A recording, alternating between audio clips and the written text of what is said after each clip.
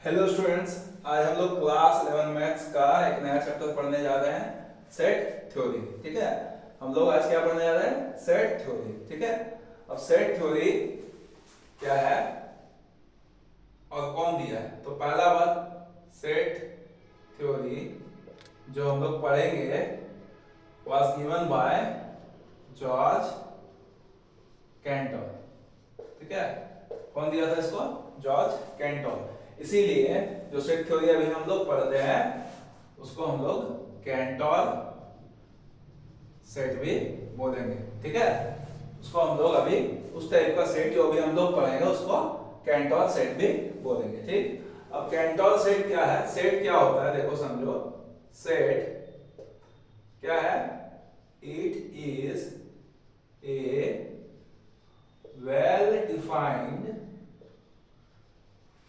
collection of anything, किसी भी चीज का वेल डिफाइंड कलेक्शन को हम लोग क्या बोलते हैं? सेट बोलते हैं। ठीक है, जैसे एग्जांपल देखो, example collection of all students in the class. ये हम लोग को पता है कि क्लास में कितना स्टूडेंट है, तो वो एक सेट हो जाएगा।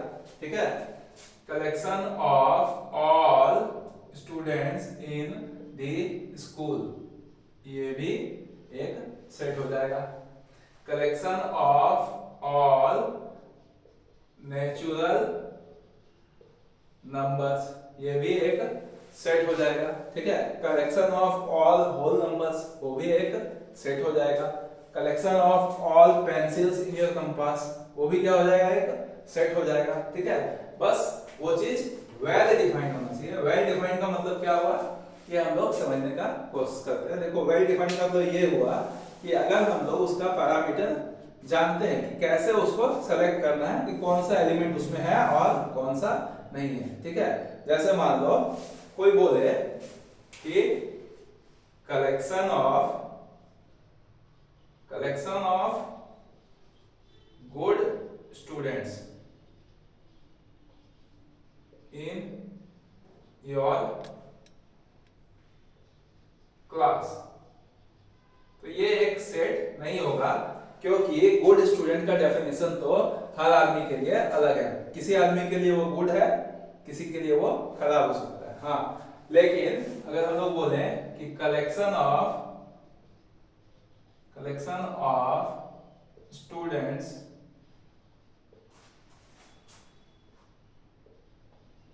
who scored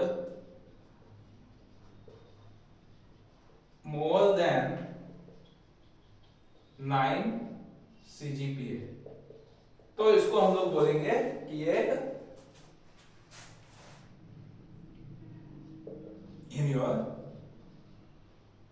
लास्ट एग्जाम, तो इसको हम लोग सेट बोलेंगे। ठीक है, तो सेट में हम लोग को एक पैरामीटर होता है जिसके रेस्पेक्ट में अगर हम लोग मेजरमेंट कर सकते हैं कि कौन सा एलिमेंट उसमें बिलोंग करेगा और कौन सा नहीं करेगा, तो हम लोग उसको वेल डिफाइंड बोलते हैं और तभी उसको हम लोग सेट बोलते हैं। जब वो वेल डिफाइंड नहीं होता है तो वो कैंटोर सेट नहीं होता है। ठीक है, अब देखो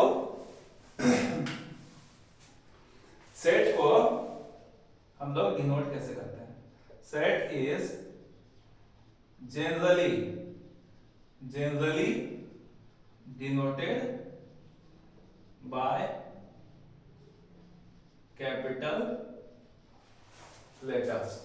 हमेशा डिनोट करेंगे ये जरूरी नहीं है, लेकिन जनरली हम लोग कैपिटल इंग्लिश लेटर से सेट को डिनोट करते हैं। जैसे example A B C etc। ठीक है, और अब हम लोग देखते हैं कि सेट को हम लोग रिप्रेजेंट कैसे कर सकते हैं। ठीक है,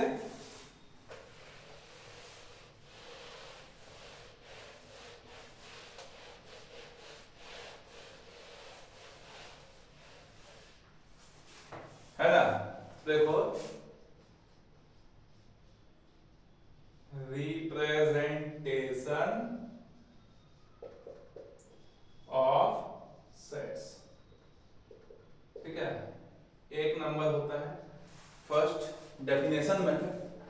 डेफिनेशन मेथड क्या है भैया?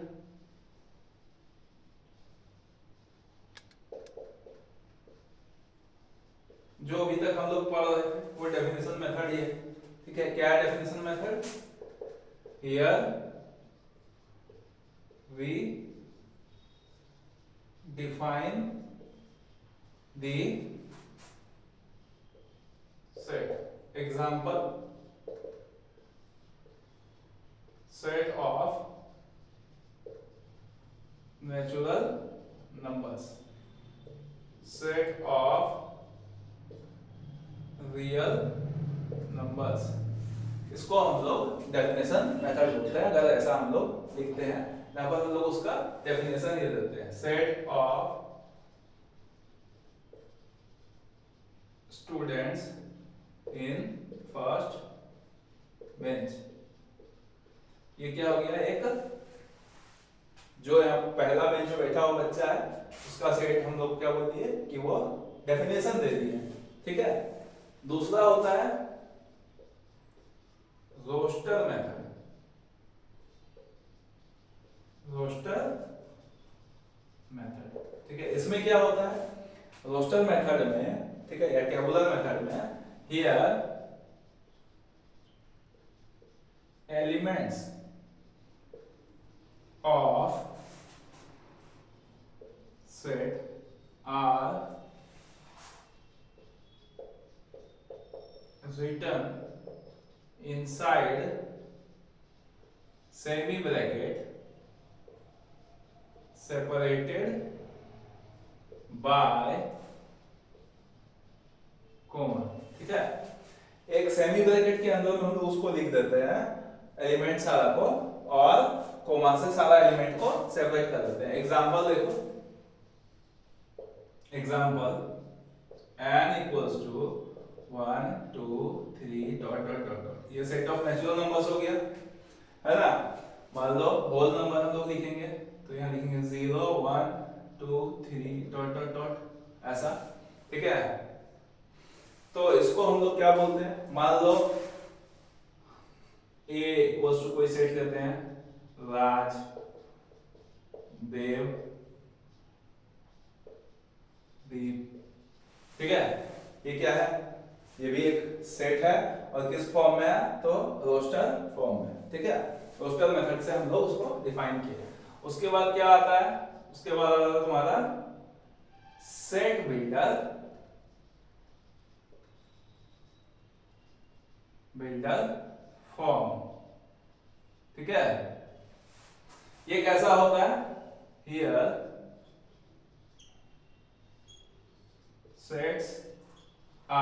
set is defined using some common property of element and a variable in this form।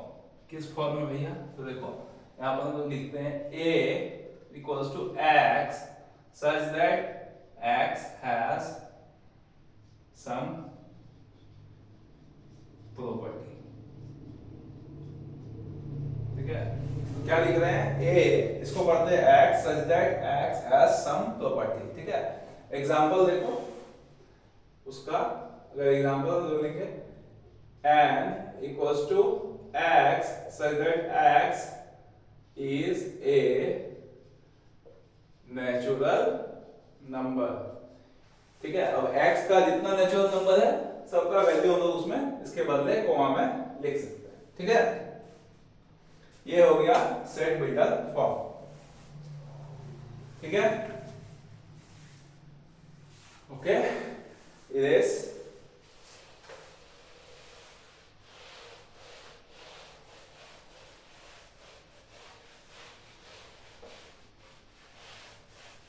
अब हम लोग कुछ रिप्रेजेंटेशन देख लेते हैं जो सेट में हम लोग जिसको डिनोट करने के लिए सेट को डिनोट करने के लिए कुछ हम लोग सिंबल लिए हैं जो कुछ पार्टिकुलर सेट के लिए है। सम पार्टिकुलर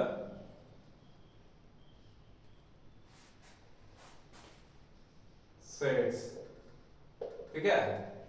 देखो जितना भी सेट ऑफ रियल नंबर है आर इक्वल्स टू हो जाता है set of all real numbers, ठीक है।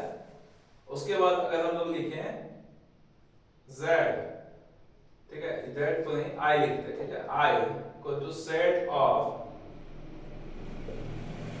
ऑल इंटीजर्स, z भी लिख सकते हैं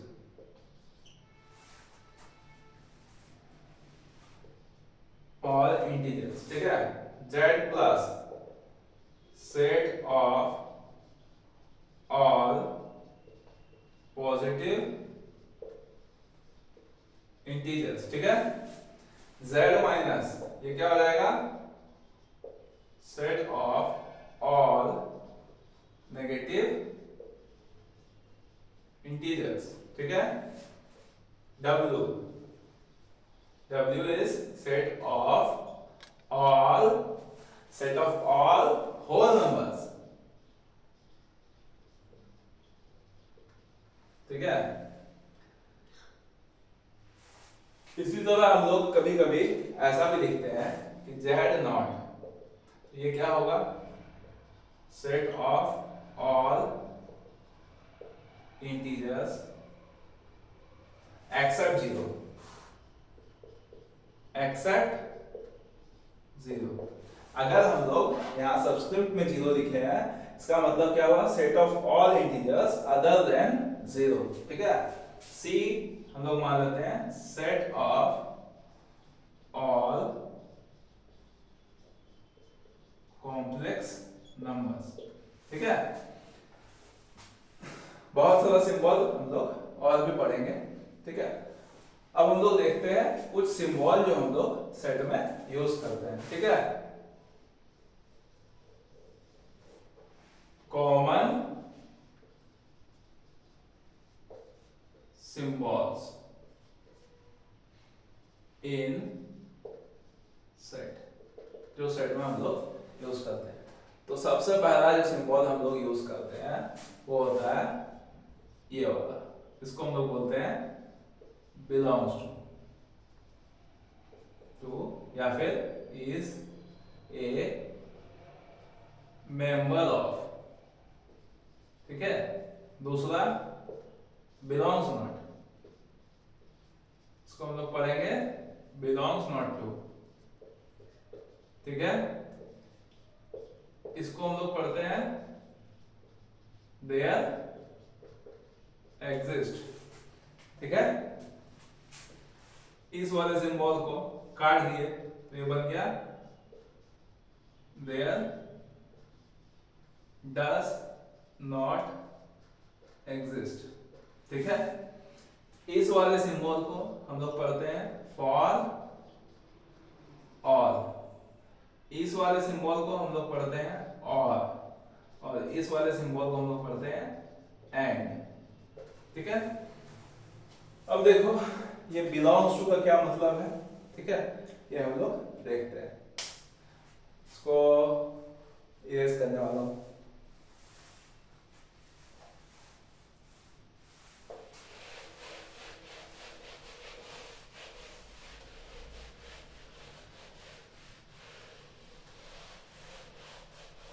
ठीक है। अब देखो अगर मान लो ए कोई सेट है जिसमें है ए ई आई ओ यू, ठीक है।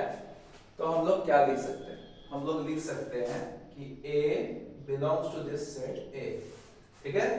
A belongs to this set A क्योंकि इसके अंदर में हम लोग देख रहे हैं यहाँ पर ए है, ठीक है। और B does not belong to the set A, ठीक है। ऐसा हम लोग इसमें लिख सकते हैं, ठीक। अब अगर मान लो यहाँ पर हम लोग कोई सेट लेते हैं A equals to Raj Dev B, मान लो ऐसा हम लोग सेट लिए, 3 मेंबर का सेट है, ठीक है। तो इसमें हम लोग जानते हैं कौन कौन से मेंबर इस सेट में आ रहा है, ठीक है। Raj belongs to A, Vineet does not belong to A. समझ में आ गया? जो इसके अंदर है वो इस सेट में है, जो इसके अंदर नहीं है वो इसके अंदर में नहीं है, ठीक है। एक और एग्जांपल हम लोग देख लेते हैं। देखो a इक्वल्स टू, मान लो 1 2, ऐसा हम लोगों ने लिखा 3 और यहाँ 4 लिख दिया, ठीक है। Here 1 does not belong to A। देखो इस सेट के अंदर में हम लोगों ने एक सेट रखा, जिस सेट का एलिमेंट क्या है 1 और 2 है। 1 इस सेट का एलिमेंट नहीं है। 1 के अंदर जो सेट है, मतलब A के अंदर जो सेट है उसका एलिमेंट 1 है और उसका एलिमेंट 2 है। 2 also belongs not to A, याद रखना इसको, ठीक है। अब देखो दो टाइप का हम लोग सेट देखेंगे, ठीक है। दो टाइप का सेट हम लोग देखेंगे। एक सेट, ठीक है, होता है कंटिन्यूअस और दूसरा होता है, क्या होता है, डिस्क्रीट। डिस्क्रीट, ठीक है। एक सेट होता है जिसको हम लोग बोलते हैं कंटिन्यूअस। सेट दो टाइप का हो गया, ठीक है। एक हो गया डिस्क्रीट और दूसरा हो गया कंटिन्यूअस, ठीक है। डिस्क्रीट सेट क्या है, ठीक है। Discrete sets, here there are some particular elements which can be noted out belongs to set, ठीक है। इसमें क्या बोल रहे हैं कि इसमें जो डिस्क्रीट सेट होता है उसमें एलिमेंट ऐसा होता है, देखो जैसे यहाँ पर हम लोग बोलते हैं a equals to 1 2 5 9, तो यहाँ पर हम लोग बोल सकते हैं कि यहाँ पर एलिमेंट कौन कौन सा है, 1 है 2 है 5 है और 9 है, ठीक है। एलिमेंट कौन कौन सा है वो हम लोग पॉइंट आउट कर पा रहे हैं। मान लो हम लोग इंटीजर का ही सेट देखते हैं तो हम लोग यहाँ पर पॉइंट आउट कर पाते हैं। यहाँ पर 0 है, +1 है, -1 है, +2 है, डॉट डॉट, -2 है, इधर भी डॉट। तो इसमें हम लोग एलिमेंट को दिखा पा रहे हैं कि कौन कौन सा पार्टिकुलर एलिमेंट इस सेट का मेंबर है। तो इस तरह का सेट को हम लोग डिस्क्रीट सेट बोलते हैं। और कंटिन्यूअस सेट किसको बोलते हैं, ठीक है। Here elements are in an interval, ठीक है। किसी एक रीजन में एलिमेंट है। अगर हम तुमको बोलते हैं, देखो एक बात, ठीक है, right set of real numbers in roster form. Roster form, क्या हम लोग इसको कर सकते हैं? हम लोग क्या लिखेंगे, नॉट पॉसिबल। क्या है, नॉट पॉसिबल। रोस्टर फॉर्म में इसको लिखना हम लोग के लिए पॉसिबल नहीं है, क्योंकि ये सेट ऑफ रियल नंबर्स जो है वो एक इंटरवल वाला सेट है, कंटिन्यूअस सेट है, ठीक है। क्या है रियल नंबर? तो real number are all numbers on number line from -minus infinity to +plus infinity. Number line पर जो भी एलिमेंट है, जो भी नंबर है, सब क्या है, रियल नंबर है। तो इसमें इसको रोस्टर फॉर्म में लिखना संभव नहीं है, क्योंकि हम लोग इंटीजर को लिखे तो एक बार 0 लिखे, एक बार +1 लिखे, -1 लिखे, बीच में जितना नंबर था वो हम लोग लिख नहीं पाए, ठीक है। लेकिन अगर रियल नंबर हम लोग लिखेंगे, कोई बोलेगा 0, उसके बाद लिखेगा 0.1, दूसरा आदमी आएगा 0.001 उसके बीच में डाल देगा, ठीक है। तो रियल नंबर को हम लोग रोस्टर फॉर्म में नहीं लिख पाते क्योंकि वो एक डिस्क्रीट सेट नहीं है, वो एक कंटिन्यूअस सेट है जो एलिमेंट इसमें इंटरवल में होता है, ठीक है। अब और एग्जांपल इसका एक एग्जांपल हो गया तुम्हारा सेट ऑफ रियल नंबर्स, दूसरा set of all time instant between two time instants, ठीक है। अगर मान लो कोई बोले कि 9 बजे से लेकर के 9 से लेकर के 9:45 के बीच में जितना टाइम है सबका सेट बताओ, तो उसका सेट हम लोग इंटरवल के फॉर्म में ही बता पाएंगे कि 9 to 9:45, ठीक है। उसको हम लोग कर ही नहीं सकते कि कौन कौन सा टाइम उसमें बिलोंग करता है, ये हम लोग बता सकते हैं, लेकिन कौन कौन सा उसको इस फॉर्म में रिप्रेजेंट करना in this form separated by comma is not possible, तो हम लोग उसको क्या बोलते हैं कि वो एक कंटिन्यूअस सेट है, ठीक है। अब देखो जो डिस्क्रीट सेट है, ठीक है, इसके पास होता है डिस्क्रीट सेट, ठीक है, number of elements in A set is called its cardinal number. क्या बोलते हैं? कार्डिनल नंबर बोलते हैं, ठीक है। अब cardinal number of set A is written as, कैसे लिखते हैं इसको? तो हम लोग लिखते हैं इसको एन ए की तरह में, कोई कोई इसको मॉड ए भी लिखता है, ठीक है। हम लोग इसको एन ए लिखेंगे, क्या लिखेंगे? एन ए, है ना। एन ए कैसे निकालेंगे? मान लो यहां पर एक सेट है A equals to A B Q, ऐसा कोई सेट है, तो इसमें हम लोग गिनेंगे 1 2 एंड 3 मेंबर्स, तो एन ए इक्वल्स टू 3, ठीक है।